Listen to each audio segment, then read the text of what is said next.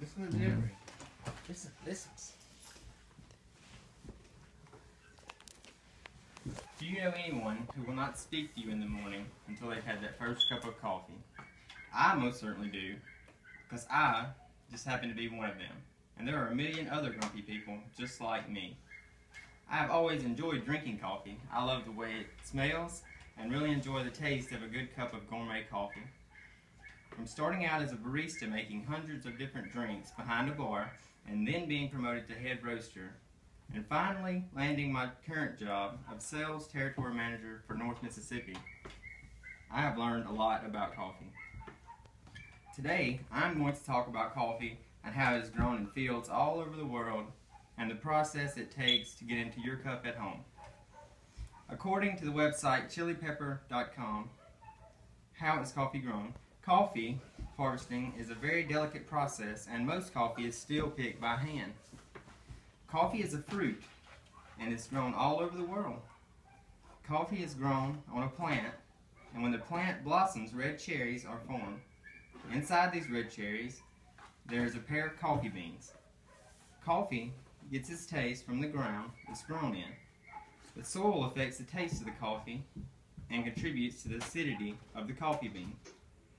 Getting the coffee into the United States is a process on its own. Coffee is not grown in the United States, with the exception being Hawaii. Coffee from foreign countries has to be shipped to the United States, usually by boat, and it has to go through customs in both countries. When the coffee arrives in the United States, it is in a 162-pound burlap sack, stamped with the country of origin. When the coffee arrives, the beans are green. Once the beans are unloaded into the roasting facility, the fun begins. According to Wikipedia, coffee is a brewed beverage prepared from the roasted or baked seeds of several species of evergreen shrub of the genus Coffea. There are many steps in the production process of producing coffee. Roasting the coffee is the most important step in the production process.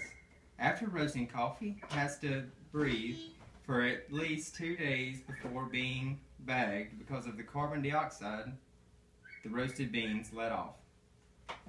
Grinding the coffee is the last step in the process because the coffee is only fresh for about 14 days after being ground.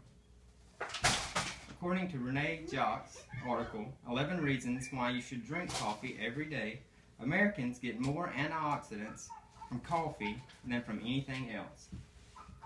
According to Danny Spreitler, owner of 1529 Coffee Company, I know there is several positive aspects of drinking coffee, from the energy it gives you to get your morning started to the warmth a cup gives you on a cold, frigid day. In closing, coffee is and always will be an important part of daily life.